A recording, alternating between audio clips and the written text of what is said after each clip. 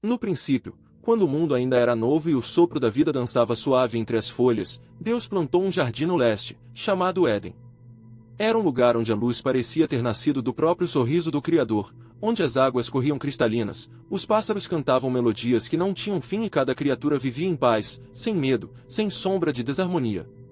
O homem e a mulher, formados do pó da terra e animados pelo sopro divino, caminhavam descalços pela grama macia, seus corações em sintonia com o ritmo suave da criação. Eles não conheciam o medo, nem a vergonha, nem a solidão, apenas a presença tranquila de Deus, que vinha ao jardim na brisa do fim do dia, como um pai que volta para casa e encontra seus filhos esperando com alegria.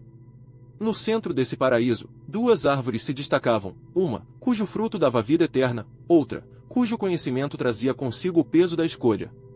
Deus havia dito ao homem: você pode comer de toda a árvore do jardim, mas da árvore do conhecimento do bem e do mal, não coma, pois no dia em que dela comer, certamente morrerá. Era um aviso de amor, como um pai que alerta seu filho perto do fogo, não para assustar, mas para proteger. O casal vivia dentro dessa fronteira com alegria, pois tudo o que precisavam era dado com generosidade, alimento, beleza, companhia e a presença constante do Criador. Mas havia nas sombras suaves do jardim uma criatura diferente, astuta, silenciosa, que se movia com um gracejo que quase parecia dança. A serpente, mais sábia que todos os animais do campo, aproximou-se da mulher enquanto ela estava perto da árvore proibida.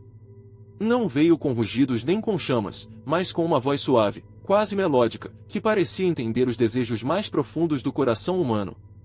Realmente Deus disse que vocês não podem comer de nenhuma árvore do jardim? Ela perguntou, inclinando a cabeça como se estivesse surpresa, não com hostilidade, mas com uma curiosidade que despertava dúvida.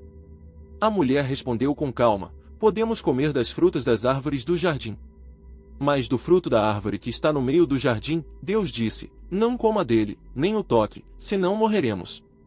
Sua voz era sincera, mas já havia ali um tremor, não de medo, mas de atenção nova, como se aquela proibição, antes tão clara, agora estivesse sendo vista sob uma nova luz. Então a serpente falou novamente, não com zombaria, mas com uma ternura calculada: vocês certamente não morrerão.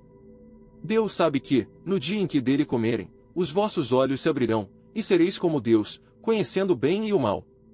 Era uma reinterpretação, um convite para ver a proibição não como proteção, mas como restrição, não como amor, mas como medo de que se tornassem demais. E naquele momento, algo mudou.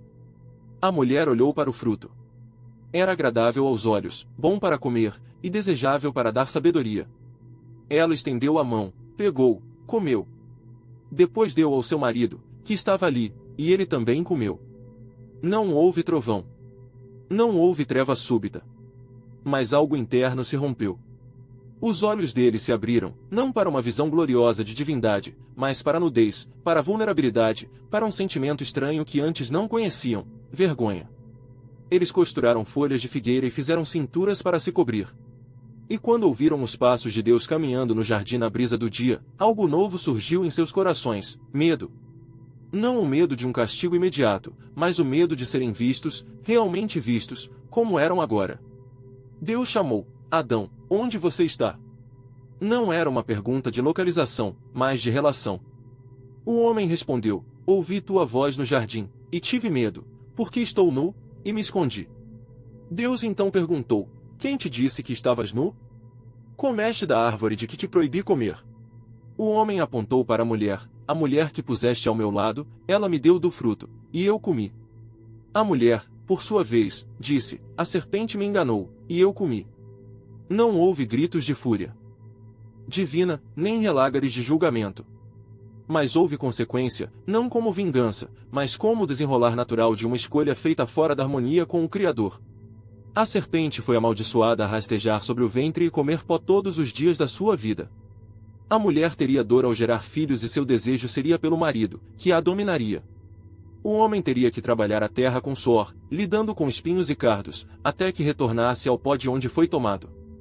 E então, com tristeza profunda, não com ira, mas com o coração de um pai que vê seus filhos partirem, Deus os vestiu com peles de animais e os enviou para fora do jardim do Éden. Não foi um fim trágico, mas um novo começo marcado pela perda da inocência.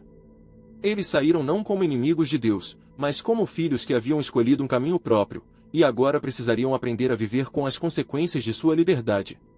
O acesso à árvore da vida foi guardado por querubins com uma chama flamejante que se voltava para todos os lados, não para impedir o retorno por rancor, mas para proteger a humanidade de viver eternamente em um estado de separação do Criador, sem esperança de redenção. E ainda assim, mesmo na saída, havia uma promessa silenciosa no ar, que um dia, a cabeça da serpente seria ferida, e que a humanidade, embora ferida, não seria abandonada. O jardim ficou para trás, mas o amor que o havia criado não se retirou.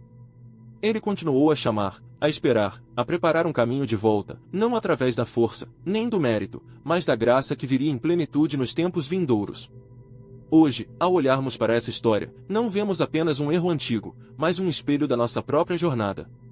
Quantas vezes também ouvimos vozes suaves que nos dizem que podemos ser como Deus, que a restrição é falta de confiança, que o fruto proibido é, na verdade, o caminho para a plenitude.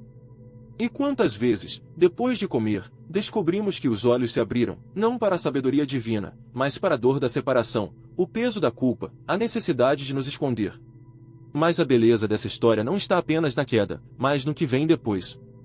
Mesmo fora do Éden, o ser humano nunca deixou de ser buscado. Mesmo na dor, a promessa permaneceu. E talvez, ao lembrarmos desse momento no jardim, possamos ouvir novamente aquela voz suave na brisa do fim do dia, não acusando, mas chamando: onde você está? E, ao responder com honestidade, talvez descobramos que o caminho de volta não começa com perfeição, mas com um coração disposto a ouvir, a confessar, e a deixar que o amor nos encontre exatamente onde estamos.